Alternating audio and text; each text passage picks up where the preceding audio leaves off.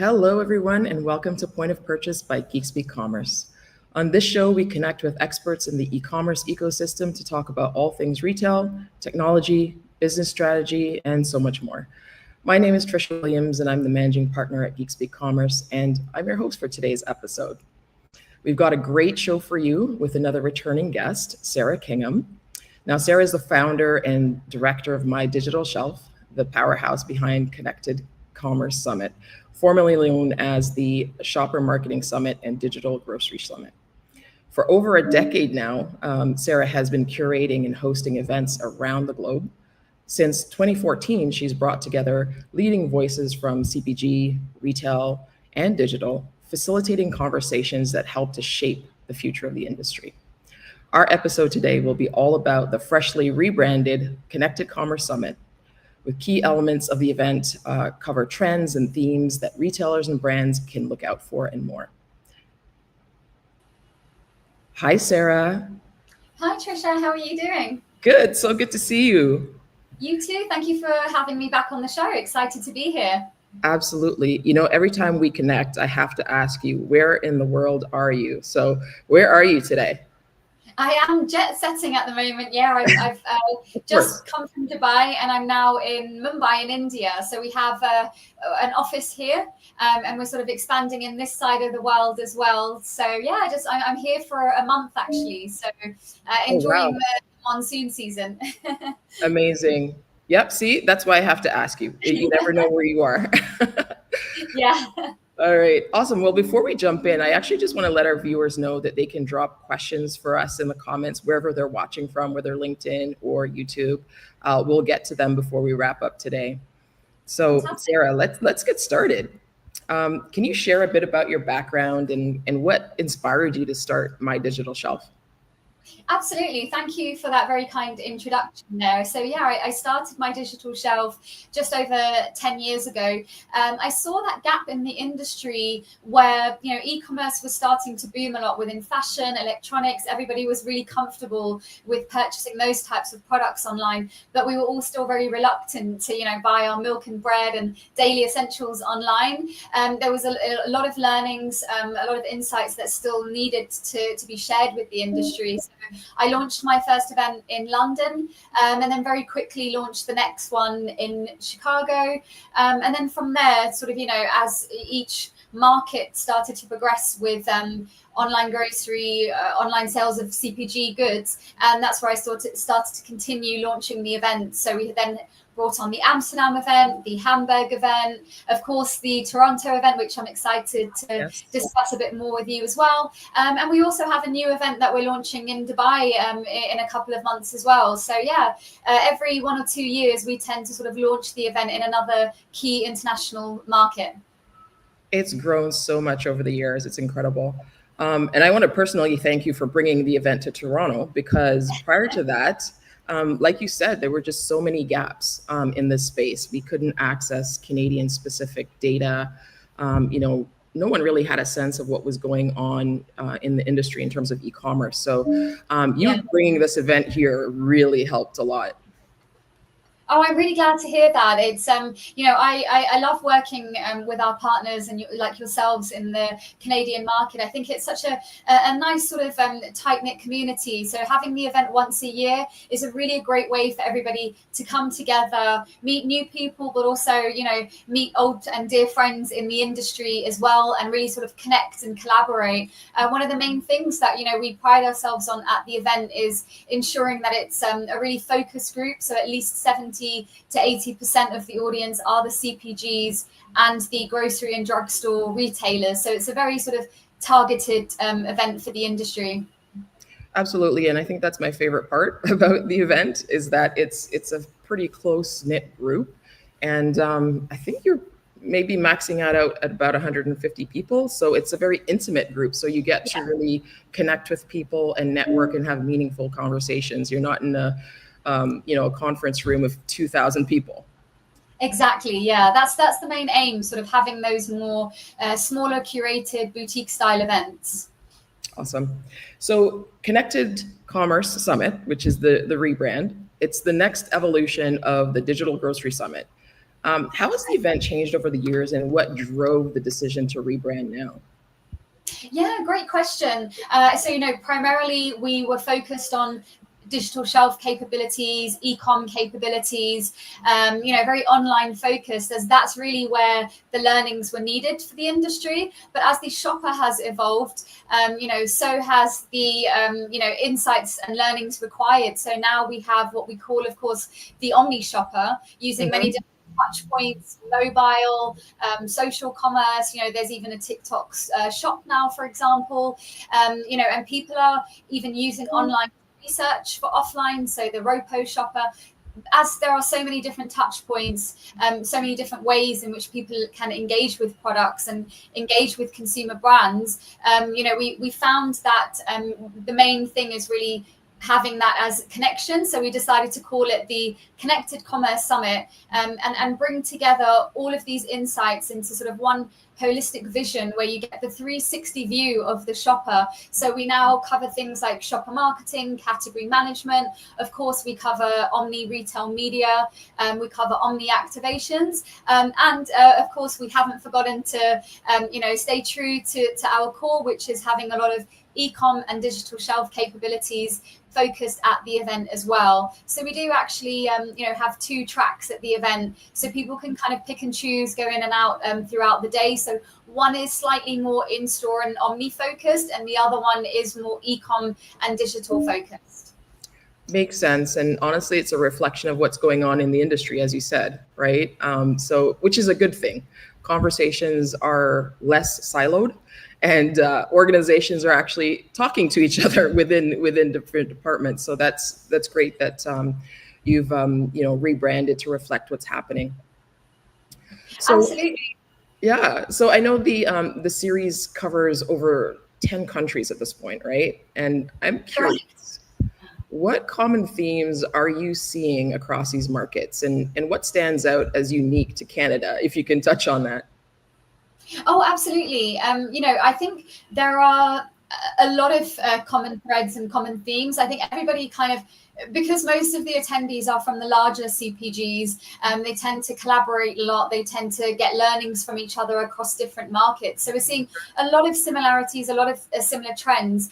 Of course, data and AI is one of the biggest things now. So looking at integrations and capabilities within AI, data and analytics. So now it's all about, I understand the shopper, I see how they're navigating from an omni perspective, but I now want to get some of that data from, my retail media spend, from my activations with my retail partners. Traditionally, the retailers have held a lot of that data, and figuring out what to do with it, what do we share, how do we share it. So brands are getting a lot more ownership now of consumer data. They're also figuring out, how do I cleanse this data, how do I now share this back with my sales and marketing departments to better target our shoppers, which leads on to also shopper behavior being one of the key trends and topics of focus globally.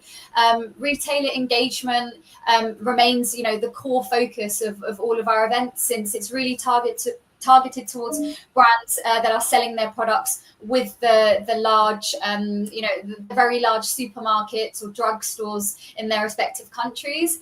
And then beyond that, one of the main things which you just touched on actually is that internal team collaboration, the internal team structuring. So we're even seeing, a lot of teams starting to work a lot more closely, creating omni roles, creating connected commerce roles. Of course, retail media in the last couple of years has become one of the biggest recruited job titles within the CPG space as well.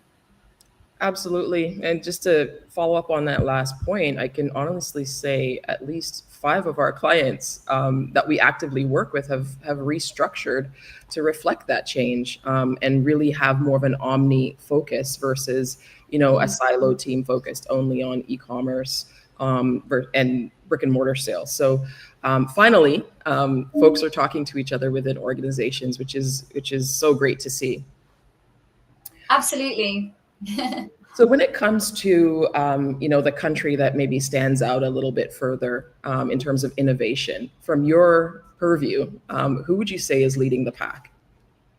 Oh, I think that's a tough one, because I think there are different things that are happening in different countries. You know, of course, when we look at Asia, we look at countries like China and Japan. Everything is pretty much on your mobile, so we're not at that stage yet. You know, eventually we will also be ordering things on WhatsApp in the Western world, and we'll be using our mobiles to press a button and, you know, sort of get what we need within 24 hours. We're starting to see that a lot in the US and in the UK with quick commerce. So I think that's been the next biggest step for us, is now having quick com, having things delivered within a couple of hours or even less than that, for those essentials that we need. So yeah, I think there are some things that can be taken from the aggregators in Europe, and there are, of course, leaders in some of the markets in Asia. Absolutely. We can learn from a little bit from everybody all around the world. But honestly, sometimes it feels like China is living in the future when it comes to, commerce. So for sure. Yeah. So what do you think will be the main focus of this year's summit? And what can we expect with this new 2-track format? Yeah, great question. I'm excited to share a bit more about what to expect. In fact, you know, all of these things that I've mentioned around retail media, shopper activations, data and analytics, team collaborations. We have a great, lineup of expert speakers, including the likes of Loblaw Digital, London Drugs, Instacart, to name a few on the retail side. And on the brand side, we, have some great brands: Nestle, Beiersdorf, Mondelez, and Barilla. They'll actually all be presenting on these topics. So one of the main things is around that restructuring internally, the collaboration. We're even seeing budgets are starting to become integrated, which has been an age-old thing for many, many years, that your in-store budget, remains in-store and it's very fixed. And, now teams are starting to work more closely together to align for things like new product launches, seasonal campaigns. Of course, we're touching a lot on e-commerce activation. That's one of the things with GeekSpeak being a sponsor of the event that we're excited to have as a key topic. And then, the retailer engagements, as I meant, with Loblaws and London Drugs. We're excited to have, that drugstore perspective as well, as we've also typically, having previously called the event the Digital Grocery Summit, had that misconception that it was mostly food and beverage focused. Right. Whereas we do cover, health and beauty, personal care, household, amongst, others like pet care, appliances, and food and beverage, of course. So, even with rebranding the event, we're now expanding what categories we fall under within CPG. That's also an exciting sort of expansion and rebrand with the new Connected Commerce Summit as well. Yeah, absolutely. I'm seeing the list of speakers grow over the last few days and weeks. So I know that you'll continue to add to that list as well. So for folks watching right now, be sure to check in on the Connected Commerce website, just to stay on top of who will be speaking. Yes, yeah. So from your conversations with brands and retailers leading up to the summit, what do you think are their biggest priorities and concerns right now?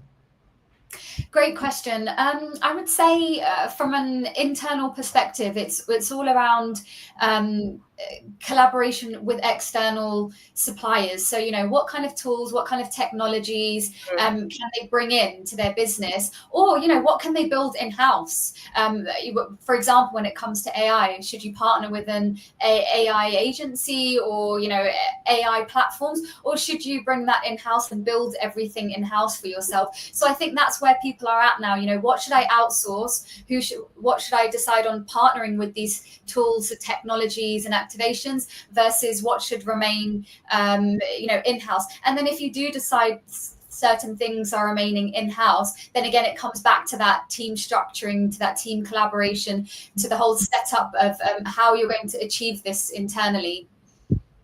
Absolutely. It really is a puzzle, right? And a lot of our clients wrestle with that every day. It's, what can they continue to manage internally with very lean teams, and still accomplish the goals that they want to accomplish. So it's necessary to look at your team internally for sure. Look at the tools, the various platforms, look at AI, as you mentioned, which is a mandatory topic at every conference these days. And you know, AI is fantastic, but it's not perfect. So you still need humans very much involved in reviewing any content that's output by any AI tool. Absolutely. Yeah. There's still a long way to go with AI. And I think equally at events, retail media has to be there as well, right? Absolutely. And it's growing tremendously, especially here in Canada with the, you know, the introduction of new platforms. So very, very topical. Yeah. So just a reminder to our viewers that you can drop some questions in the comments if you have any, and we'll pick them up before the end of the show. So just a reminder to get those in. So Sarah, in our last episode, when I was talking to Chris Parsons, we talked a lot about omnichannel and, you know, meeting consumers wherever they choose to engage. Yeah. What are you seeing from Canadian retailers and CPG brands in 2025 as they balance in-store and digital? How is shifting consumer behavior shaping their omni strategies? And I know we've kind of touched on different aspects of this in our earlier conversation, but can you speak to this a little bit more directly? Yeah, I think so. I mean, my opinion, which I think, you know, a lot of people have seen just after the pandemic, was that in those years during the pandemic and very soon after that, there was a huge focus on, you know, how much more growth there's going to be in digital, because I think people thought, you know, now that people are now shopping mostly online, they're going to continue to do that because they've realized how easy it is, how seamless it is. But that actually wasn't the case, right? A lot of people then went back to in-store, and people were thinking, oh gosh, all these forecasts that we've set and all these you know, targets that we were hoping to achieve, we're actually seeing now people going more in-store. So doesn't mean to say that e-com and digital isn't as important. It's more around realigning the message that you're conveying. So now it's all about how to use digital to influence in-store sales, as an example. So people are researching online, people are doing their preparations, they're, you know, analyzing where they can get the good offers and discounts, even the digitalization of coupons as well, for example. So I would say it's all about the digitalization, and it's all about the influence that online has in store. And actually now that it's, you know, been a few years since the pandemic, it's also now the influence of offline to in-store, because sometimes, you know, you walk around and then you're like, actually, I don't have space, I don't have the energy to purchase all these things now, especially when it comes to the grocery sector. So we're actually seeing now it works both ways. What is the influence of offline to in-store, offline to online, and online to offline? Absolutely. I mean, I think the reality is that consumers don't exclusively shop in store and they don't exclusively shop online. They have different needs and wants in any given day or throughout the day, right? And so you can shop in store, use Instacart, Uber, you can go to a marketplace or a retailer site. All of those things can be true. It's not one or the other. Exactly. So what excites you the most about the future of commerce? Oh, I mean, a lot of things. So if I had to pick a few, I would probably say, I mean, of course, you know, we talk about AI, but as we discussed, there's still a lot of growth required there before we start getting too excited about the reliability of it. So of course, I would say in the near future, that's something that's very exciting. But even going beyond that, I think the concept of virtual rooms and virtual stores is interesting, because, you know, traditionally within the grocery and drugstore space, you tend to have a lot of impulse, you tend to have a lot of cross selling, you tend to have a lot of real-time promotions that you know, you don't know when they're happening. It's not like when you're shopping for fashion, you know, okay, there's the summer sale, then there's the post-Christmas sale. So these are all sort of, you know, real-time things that are happening. So when you're shopping in store, you tend to end up spending a lot more than when you are a mission shopper. You're going online with your list of things that you need, and you can't really steer away from that because online is not really set up to have you know, distractions as much as you can in store. So I'm interested to see how the concept of virtual shopping is going to come into play within the grocery and drugstore spaces. It's exciting. I mean, really, that's the best part about this space, right? Things are always evolving, and you really have to stay on your toes because what's happening today is not what's going to be happening tomorrow.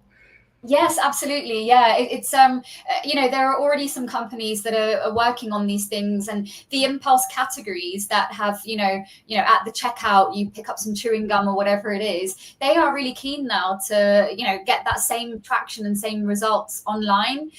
So it's going to be interesting to, watch that space and see how they end up still being able to lead in the online world as well. That's pretty funny because you're right. You can actually save money by shopping online because you're more mission focused, right? You're not being distracted. I Yeah. found that was a big change for me as well. I'm here to buy the groceries, just get them and get out, as opposed to browsing all the different aisles, right? Yeah, and I think sort of expanding on that further, I think one of the nice things, within this industry, everyone's very collaborative. So, say you're buying a pizza, you want to work with a soft drinks partner to say, we're packaging this together because it's movie night on a Friday night, and here are the deals that we have for your soft drink, your bag of chips, and your pizza, and similar types of partnerships. So, again, say you're in the online store and you've typed in pizza. This is the opportunity for the soft drink brands, for these snacking brands to partner with you and have those ads, have that cross-selling. So again, how are we going to replicate that in the online world? And at the event, an event like ours, this is a great way for brands that we're thinking, when it comes to networking, it's also brands in other categories that could be equal great partners and collaborators with you as you start to navigate the new age shopper and the multiple touch points. How can the industry as a whole come together and collaborate more? Absolutely. I actually saw a lot of that happening last year. So I'm counting on that collaboration again this year for sure. Yeah. So if someone's attending the Connected Commerce Summit for the first time, what do you think they'll be walking away with? Oh, that's a great question. I think firstly, what I just mentioned, connections. Yep. So I think it's all about meeting the right people, as you said, rather than walking a trade show with thousands of people and getting lost. You're going to meet people that are your direct peers, different categories, complementary categories, some of your big retail partners, as well as the solution providers and the consultants that have services that directly relate to the CPG omni space, touching on collaboration as well. And then with our tracks that we have and the topics that we cover, we do spend a lot of time making sure that they are aligned with what the real world problems, what the real world insights and learnings that people want to hear about. So I would say, the actionable insights that you can take back to the office and start implementing right away. So yeah, the two things I would say are strong connections and relevant content. And then, beyond that, just a fun day out of the office where, you get to meet with your industry friends and new faces and be inspired. Because I think, a lot of us now are working from home. A lot of us are only coming into the office in and out.